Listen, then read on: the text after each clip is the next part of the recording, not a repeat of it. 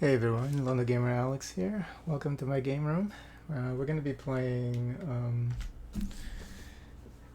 Cthulhu Dark Providence again. This is a fresh uh, playthrough. We didn't win the last two times that we played the game, so I had to reset the table. I randomized the elder one and I got Dagon again. So, but at least I know the strategy here with Dagon. We need to make sure that we move our investigation track up, um, at least at a competitive rate um, against Dagon's progress here for the ritual tracker. So, I also randomized the starting location for my agent. I know they recommend that you do that only for like your first game. Like you're supposed to be able to just select where you want your agent to be at the beginning of the game, but I think it didn't do me any good last time anyway. So I'm just going to randomize that whenever I play the game.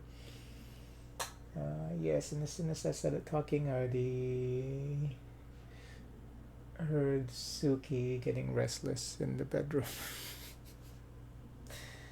But hopefully she's gonna settle down. Okay. Uh, let's look at the cards that we have available. I really like Propaganda from last game because you get um, you get free influence without having to pay for it. Um, so that might be a good start actually for us. So the problem is the cultist is over here, cultist 2 is over here, so it's possible that he is going to place his influence on that card as well. So maybe we should put 3 influence there for my first turn, for my first action. So, and I have an assassination card actually drawn here for my agent, so we're gonna try and hold on to this so that if a cultist is close by, we can attempt to assassinate him or her. So I'm going to use, for my first action, I'm going to use these 3 cards. I mean these the 3 influence resource here from these 2 cards to place 3 influence on that propaganda card. That's first action. Second action, I think I want to claim a city. I mean, not claim, place an influence on a city. So I can place 1, which is enough actually to claim the city that I wanted. I wanted the city that's going to be able to allow me to progress my investigation track. So it could be Pittsburgh. New Orleans also a good option. So I'm going to use 1 influence to Atlanta is also pretty good. So I'll place it here in Atlanta because we get 2 progress there. Bump for our tracker. Okay, and then I get 3 cards back here. 1, 2, 3. Before we have the cultists do their thing, I just want to look at these mythos cards that we have for this game. Herbert West is not very helpful, I think. Because this is, you may claim recruited agents you assassinate, but that's not going to help us.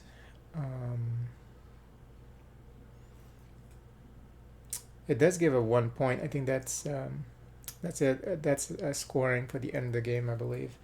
But it's not going to help us with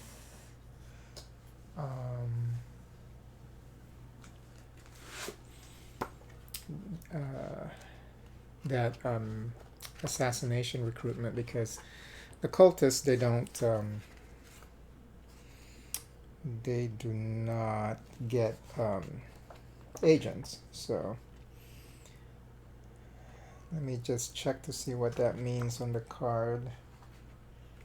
I think that's a scoring point, if I'm not mistaken.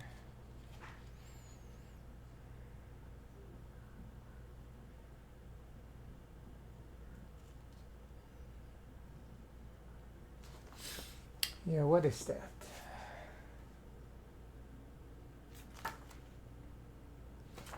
Yeah, I think that's victory point.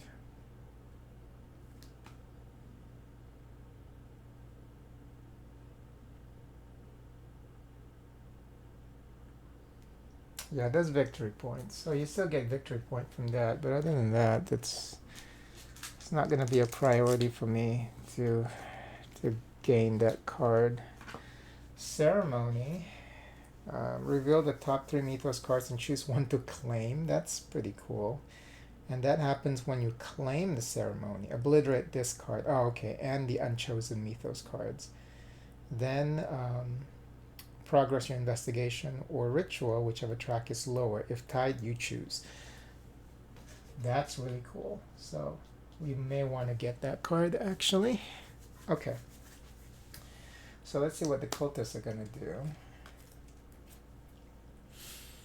Cultist 1 is going to claim a primary asset, and she can't do that because she hasn't placed any influence down, so she's going to move to Boston.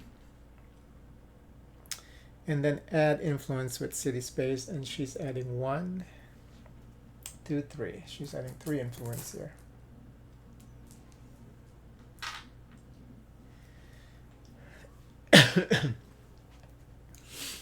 Cultist 2, excuse me, claims a city and then assassinate. He can't claim a city because he doesn't have any influence anywhere. And then he can't assassinate, so he's... Oh, no, he's moving down here. Remember, it's like this. So move here and then move here. Okay. Now it's our turn. First thing I'm going to do is claim Atlanta.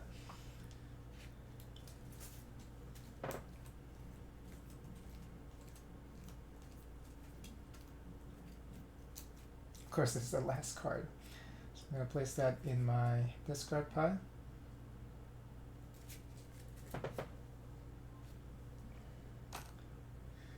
Place this here.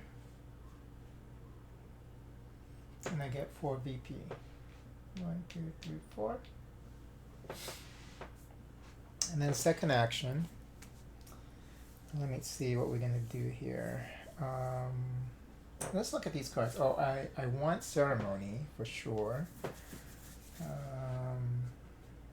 TNT is pretty good because of the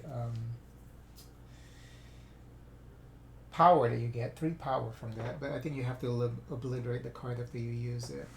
But that would be a good card to have on hand so that we can easily assassinate these cultists.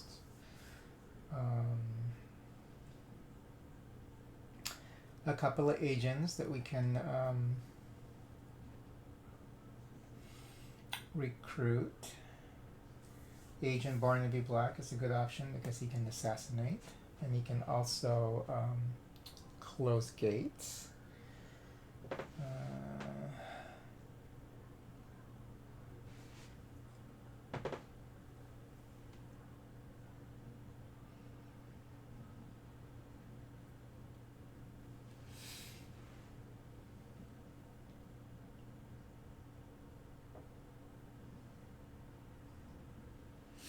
What is the deep ones all about? Let's check this card real quick.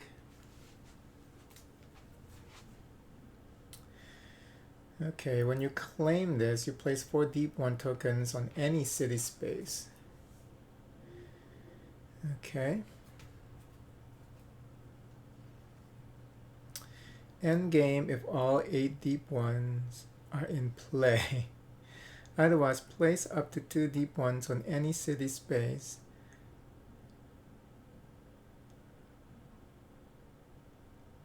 Then claim 1 city with control value equal to or less than the number of deep ones in the city.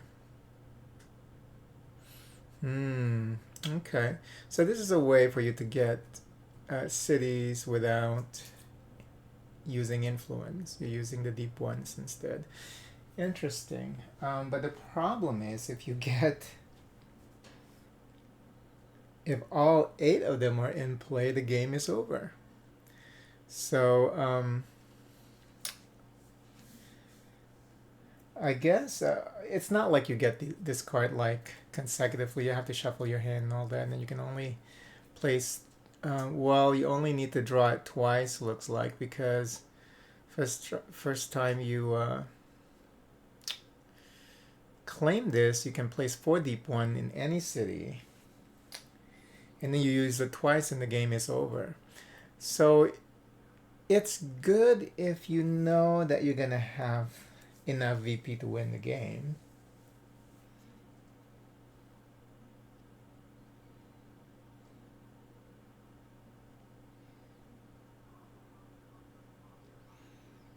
It's pretty powerful, actually.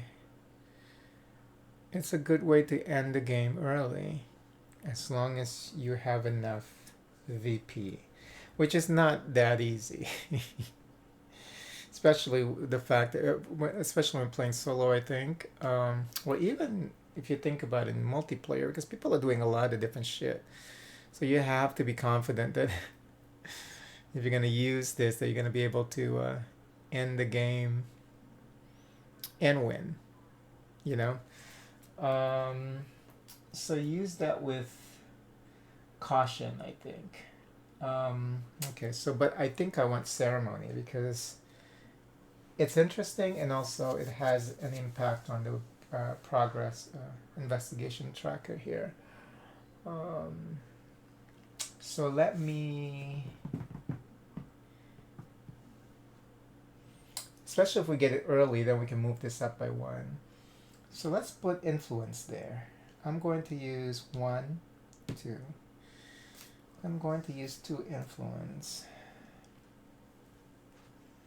Yeah. The last 2 influence I have on the Mythos card. Okay. Okay, looks like Suki calmed down because she didn't run over here and beg for attention, so just good. She does that like automatically sometimes when I'm doing something. I guess my palms are a little sweaty and these cheap sleeves are like sticking now. So let's do 2 cards. All right.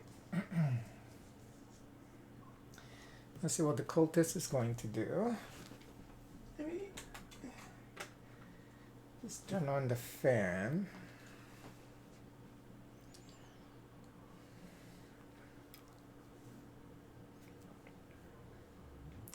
Yeah, I had to turn on or bump up the temperature actually because of the patient downstairs. And yeah, I can survive like cold weather. It's not an issue for me. But yeah.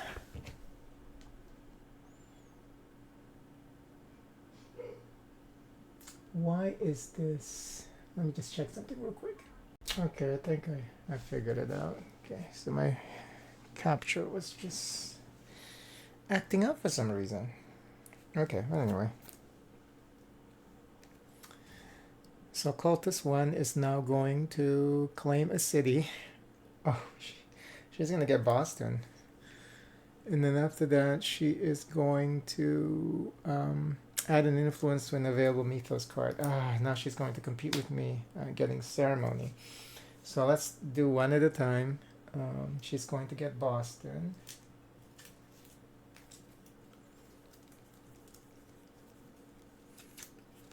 Okay.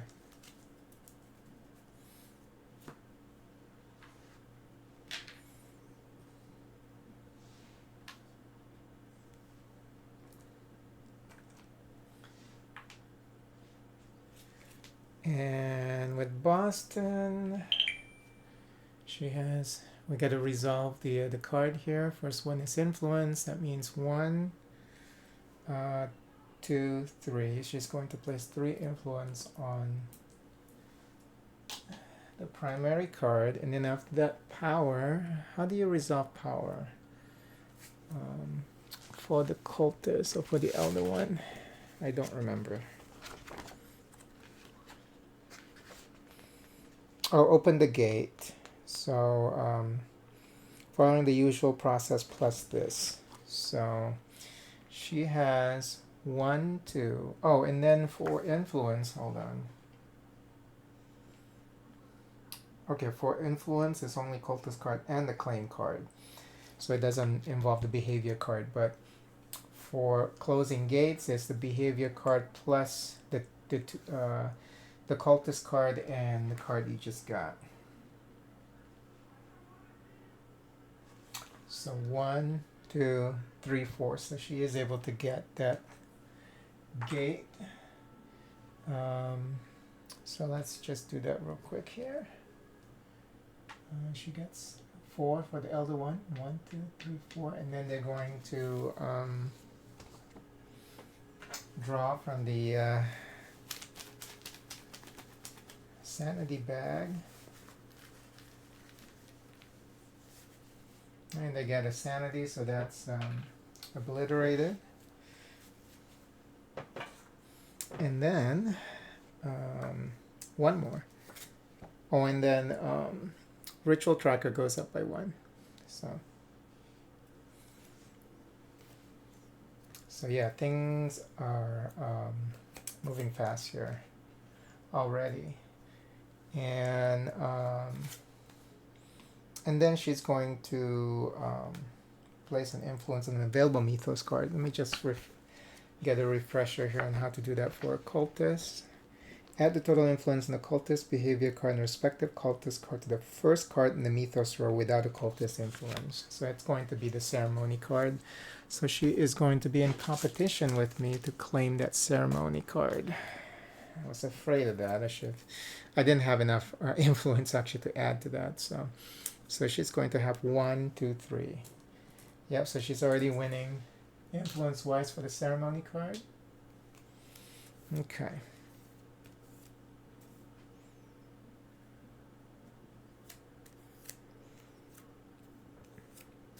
Yeah, this is going to be interesting too. I mean, the way, because we have to choose. So I guess we have to just use rule of infinite evil. Whichever has the most icon is going to be, or worse effect on us is going to be the card that we're going to choose. If she's able to get the ceremony card. So, all right, so that's done for cultist 1. So cultist 2 is going to attempt to open a gate. It requires 5 VP, so it's 1, 2, 3, 4. So he failed. So he's going to move to Atlanta. Oh, and then we already claim Atlanta, so I'm going to move that here. Second thing he's going to do is add influence to the primary asset. So 1, 2. He's going to place 2 on the TNT. Okay. Our turn, I'm out of influence. So I should go ahead and claim propaganda. I'm going to go ahead and do that. So I'm going to claim propaganda. And then reveal the next card here. It looks like it's corruption.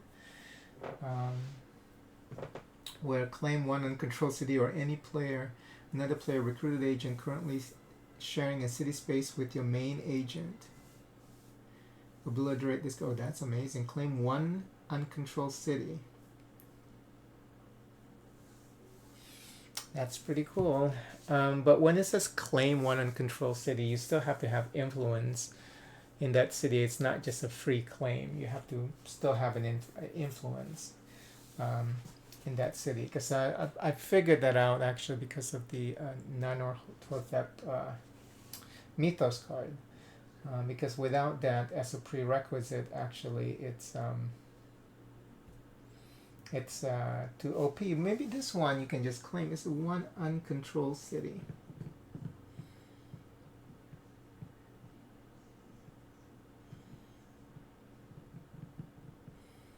Claim 1 uncontrolled city. Yeah, and then with the oh because that one you city with a lock. Okay, yeah, yeah. So this one actually you can just claim one uncontrolled city. That's amazing. Okay, so this is different because you also obliterate the card. You can only use that once. Okay, so what are we gonna do here? We probably want to get influence back because I'm out. So I can purchase influence. Let's just do that from the general pool. Oops. By using 4 wealth. It's a gold bar here. 1, 2, 3, 4. So I get 2. Okay. Now I need 3 more cards, so we're gonna shuffle this. Yeah, this is the cultist, the elder god moves. And they move pretty fast in this game. If like you have to try. Well, I'm very new to the game. You have to try and do as much damage to them, or the things that are going to be damaging to them the most with every action. So, which makes this game really fun for me because the odds of winning is pretty slim. So you have to be very smart or lucky, also. Oh, nice. 1, 2. Propaganda is pretty good, and it's a free action too. All right. So cultist. Cultist 1 is going to assassinate, and she can't, so she's going to move to the next city space. And then she is going to add influence to the city. So 1, 2, 3. So she's going to add influence to this city here. Yeah, see, they move fast. Cultist 2 is going to claim a primary asset. He's going to be able to claim the TNT. So let's resolve that real quick. And the next card is Revenant. Ooh, look at this. It's pretty cool art there.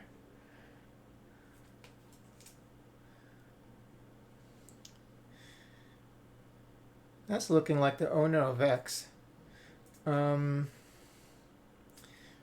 agents cannot be assassinated. Flip your main agent to its Revenant side. Oh, that's pretty cool. So this is pretty cool if you have agents. So you're going to turn them into Revenants and they can't be assassinated. Okay, so TNT has 3 power. And how do we resolve power earlier? I've forgotten already. I think with power, we're going to close open gates. So he's going to attempt to open this gate. So that's 1, 2, 3, 4, 5, 6. He is going to be able to open that gate. So the elder one gets 4 more VP here. And they're going to also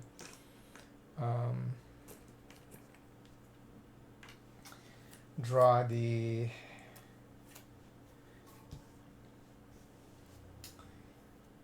sanity bag.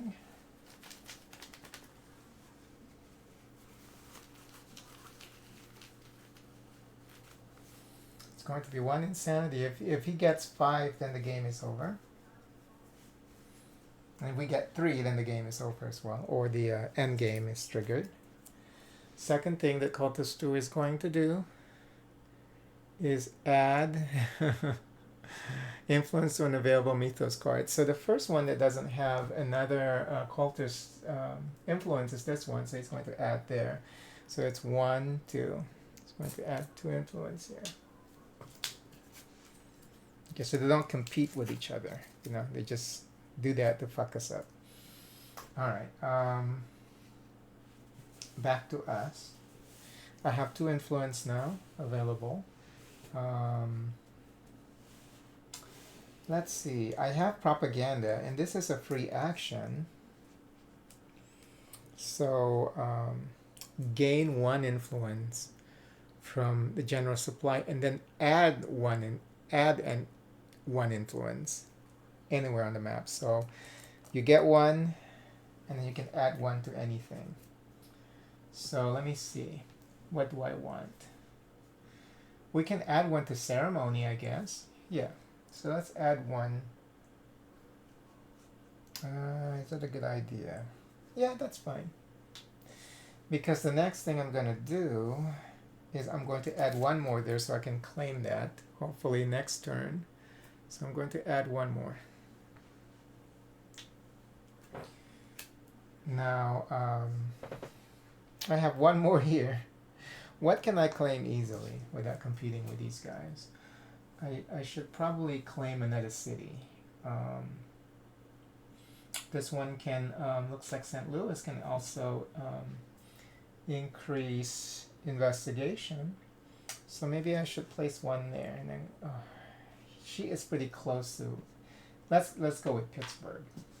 Okay, and that's my turn. I'm not sure. Yeah, I mean it seems like, you know, you can tell, I'm sure, by watching the my playthroughs here, that when it comes back to the player turn, you can barely do anything, and then most of the time that you play this game is you're resolving the movement for the cultist, for the elder god. So which is actually pretty fun because you get to see the mechanics working, you know, of the game. But it just feels overwhelming, which actually thematically I think is accurate. Because, you know, to defeat such evil, I think is not an easy thing to do. So it feels almost helpless, you know, desperate. So, all right. Cultist 1 is going to claim a primary asset card, so she is going to see. I mean, they're moving fast. So she's going to get Miskatonic University. So let me take that, and then we're going to reveal the next card, which is Eldest Sign. Place a lock or move a lock from one card or city to another card to another card or city. That's pretty cool. Okay, so we're gonna resolve for the cultist. First one is influence, so she's going to add influence to the city space that she's in. So that's 1 and then 2, 3. So she's going to add 3 influence on this card. Otherworldly Gate. And then the second one is wealth. For the cultist, wealth just translates into movement, and you count how many wealth icons on the cards. In this case, it's 1, so she's going to move here. This is dangerous because she can attempt to assassinate me, but she needs to have 6 VP or more. So I think I'm pretty safe over there in Chicago to escape from her assassination attempt. Okay, so let's see. Cultist 2. Cultist 2 is going to assassinate, but there's no one here to assassinate, so he's going to move here. And I haven't given them their 4 additional VP, huh? So 1, 2, 3, 4. This is from the second gate. So, and this is correct, right? Because 4 here, 1, 2, 3, 4, 1, 2, 3, 4. Yep, okay. And now he's going to add influence to this city. So he's going to add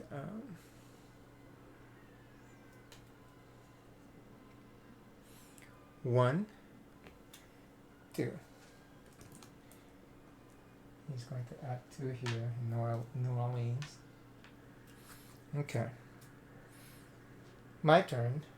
I have 4 on the ceremony mythos card, so it would be silly not to claim that. So I'm going to claim the mythos card here. She gets her influence cubes back. And let's resolve this. So, reveal the top 3 mythos cards and choose one to claim. So let's see. Hopefully it's something good. We have Silver Key. We'll read each one of them here in just a second. We have J. Edgar Hoover. And then we have De Vermis Mysteries. Let's read this one first. Looks like it's some kind of tome with a bunch of maggots on it. It says free action. Obliterate this card to claim a mythos or primary asset card with 2 or more influence on it. That's interesting. I guess we have to look through that and then shuffle it. So,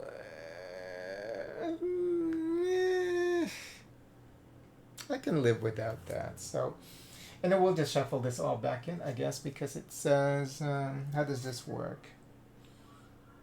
Oh, and the Unchosen. Oh, they all get obliterated after we made our choice. Let's look at J. Edgar Hoover here. Once per turn, you may place 1 asset card from your hand on this card face down, or return all cards placed here back in your hand. So this is just a way for you to just save up and then just use those, even though it has to be face down. So you have to remember the resources that you're saving. And then ongoing, and it's a free action. There cannot be more than 3 asset cards. Oh, up to 3. You may look at these cards at any time. Okay. This is interesting, but I'm not sure if it's going to be helpful at this point. But I can see how it can be helpful. Like if you're really trying to assassinate the, and as an example, assassinate these cultists, then you're going to save up your power resources. And then you can use it at any time using the free action. So it's a pretty cool card. I'll consider that one. Silver Key. Reveal the top card of the cash deck after performing a claim action. Then choose to obliterate or claim it without insanity. Immediately place an agent claimed this way on any city space. Wow. This is also pretty good. And then you don't even have to after you perform a claim, you can get potentially another card. This is amazing. So I think I'm going to select Silver Key. So all of the rest of the cards are going to get obliterated, and then there's also a second effect here. Move up and down, whichever track is lower gets to move up. So in this case, this now is matching the ritual, the investigation track. Works for us here. And then I'm going to grab Silver Key. And it doesn't even require us to test our sanity here. So this is amazing. So whenever I claim something, a primary, a mythos card, a city, I get to reveal one from the cache here, and then choose whether I want to keep that card or obliterate it. I'll probably end up just keeping, because this is a deck building game after all. So, and we're not playing against another player, so whatever we get, I think is going to be helpful. Oop, shit. Okay.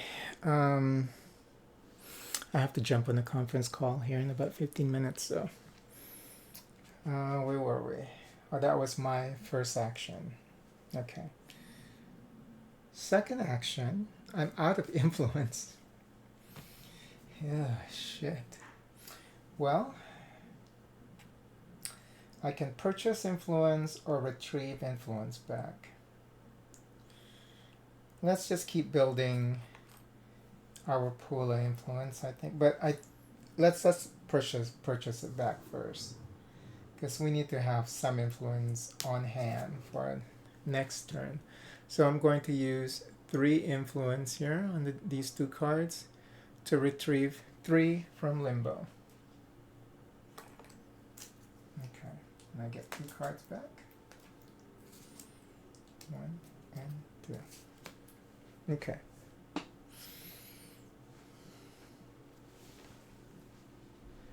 All right, so maybe this is a good place to stop after I resolve the next cultist behavior card. So we have about 40 minutes of gameplay here for this playthrough. Okay. Because like I said, I need to jump on a conference call.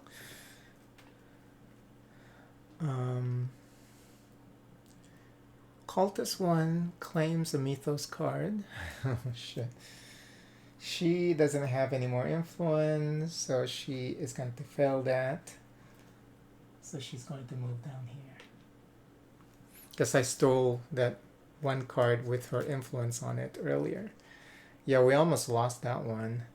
And then add influence, the primary asset card of this city. So she's going to add 1, 2, 3. She's going to get the deep ones here. So we need to stop her from getting the deep ones because, yeah, so that's dangerous if the cultist gets that. That is dangerous because they're just going to try and win because, you know, their VP is up already. And then cultist 2. And their VP is always up until you gain the upper hand, but that's going to take us a while to build that up, you know, as a player here in a solo game. Perform its cultist effect for cultist 2. So let's see what that is for Dagon. So remove all locks. There are no locks to remove. Then claim a city if able. So there's no locks to remove. And then claims the city. Yeah, he's going to claim New Orleans. So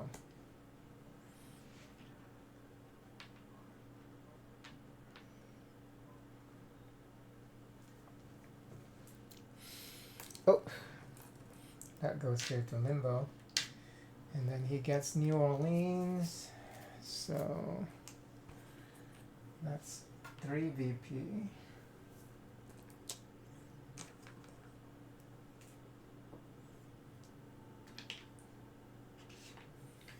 One, two, 3. Then we have to resolve the New Orleans card, which is pretty horrible here. Because it's 2 down and 2 up. Because they will always consider down is up for... how does that work? If they're multiple like that. Let me see here.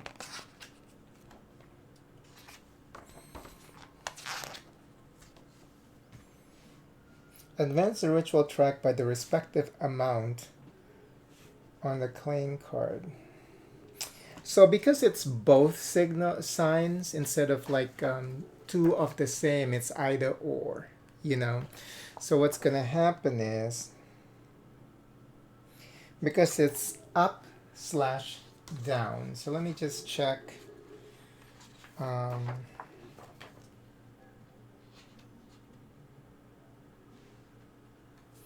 But because the elder one treats all down as up for this, so I guess it will be double down and double up.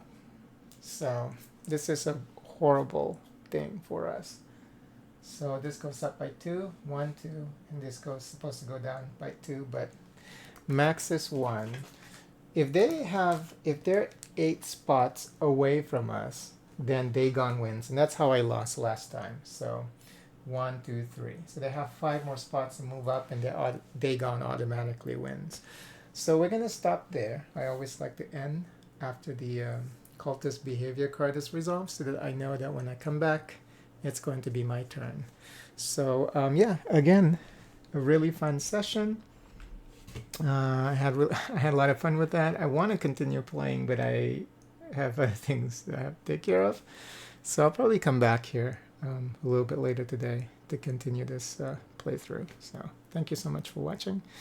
Please give the video a like, and if you haven't, please consider subscribing to the channel. Would truly appreciate it. Bye.